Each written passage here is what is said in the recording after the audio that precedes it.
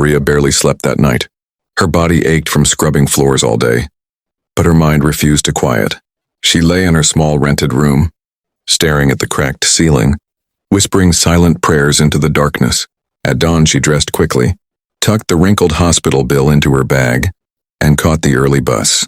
She rehearsed her plea in her head, how she'd beg the administrator for just a little more time, just a few more days to gather what she didn't have. The hospital lobby buzzed with footsteps and murmured voices, but Maria felt as though she were walking underwater. Each step toward the billing office dragged like lead.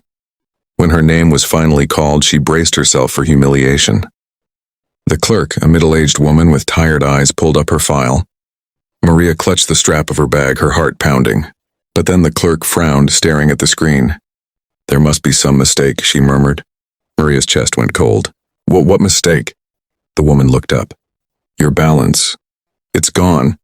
The account shows as fully paid, including the upcoming surgery." Maria blinked, her mind unable to process the words. "No, that can't be right. I haven't paid anything. I don't—" The clerk turned the monitor so Maria could see. In bold green letters it read, "Balance 00. Her knees almost buckled. Her hand shot out to the counter for support. "How?" she whispered, her throat tight. The woman shrugged. "Anonymous donation. Came through last night." Maria covered her mouth, a sob bursting free. Tears spilled hot and fast. But for the first time in months, they weren't from despair.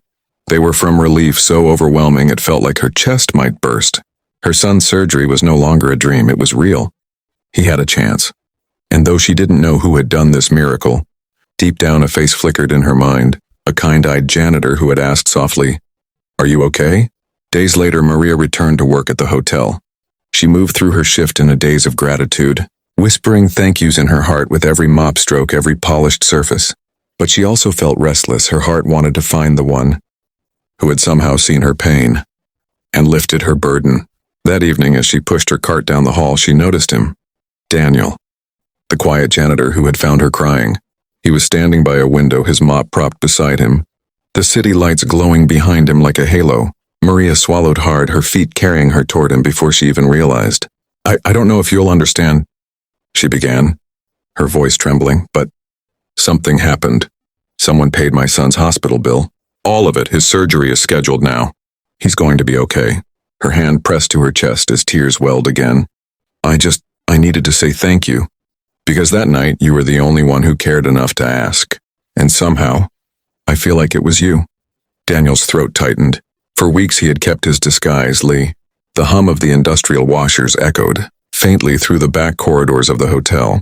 Daniel Gray's mop slid across the polished linoleum, leaving streaks of soapy water that smelled faintly of lemon. It was strange, almost surreal, how easily the world dismissed him when he wore a faded maintenance uniform instead of a tailored suit. No board members, no staff, no one stopped to greet him. To them, he was just another janitor, nameless, invisible. That anonymity was exactly what he wanted. After years at the top, insulated by assistants and filtered reports, Daniel needed to see the truth for himself. What was it really like to work here? Were his people treated with respect or merely squeezed for labor? As he pushed the mop down the hall, a sound interrupted his thoughts.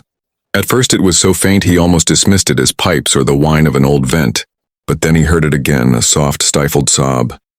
He slowed. The sound was coming from the supply closet near the end of the corridor. The door was cracked, a strip of pale fluorescent light cutting across the floor.